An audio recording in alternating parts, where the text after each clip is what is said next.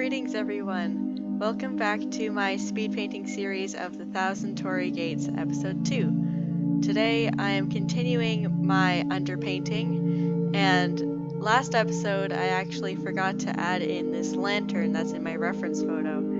And here it's only like about 5 or 10 seconds of the video of me just adding that in, but me drawing that took over an hour, which is a little bit sad, seeing as it's just kind of a weird lumpy shape. But the perspective on it is kind of weird. It's almost foreshortened, so it's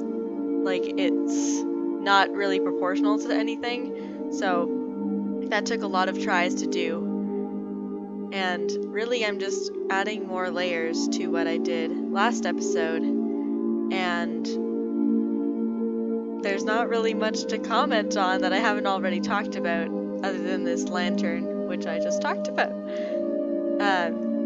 Really, I've started doing layers that have a lot more paint in them, so instead of having mostly water, it's now mostly paint. And a lot less, I haven't combined as much olive green and light green together. Now this is basically just olive green that I'm putting on for all of these dark shadows.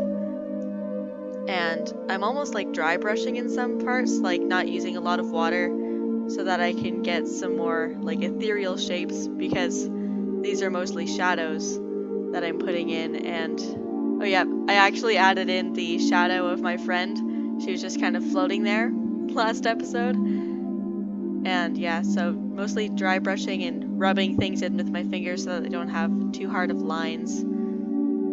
And yeah, so every few shrines or so, there's a bigger shadow. So I'm adding those kind of stripes in, adding more layers on the lantern.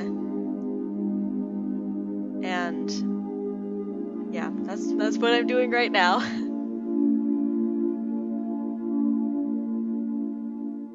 I figured that the pathway was still too light, so I added another layer on it. And I'm actually only using one brush for all of this. I was using 2 brushes last episode. I had a really big brush and then a slightly smaller brush.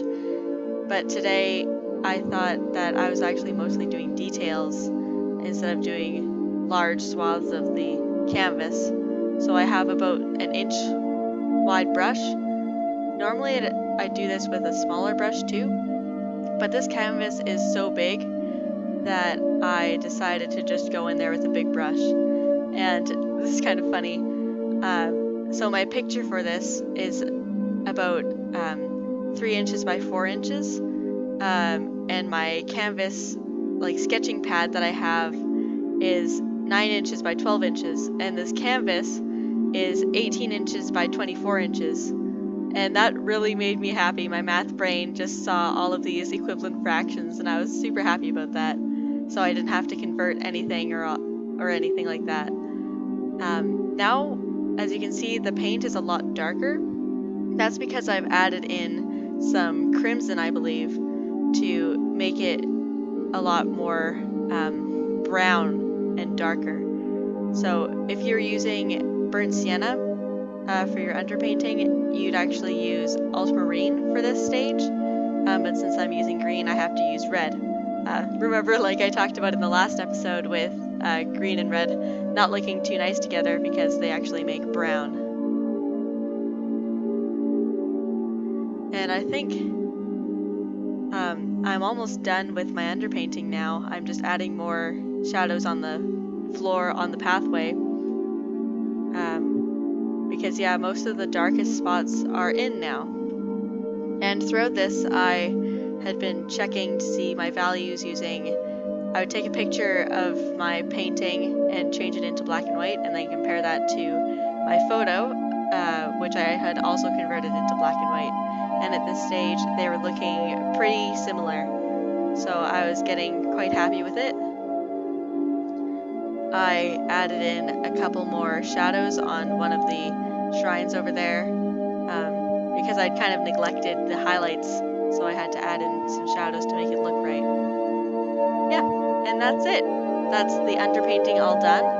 I might add in a few more layers next time, because it's not quite as dark as the reference. But yeah, there's my black and white version.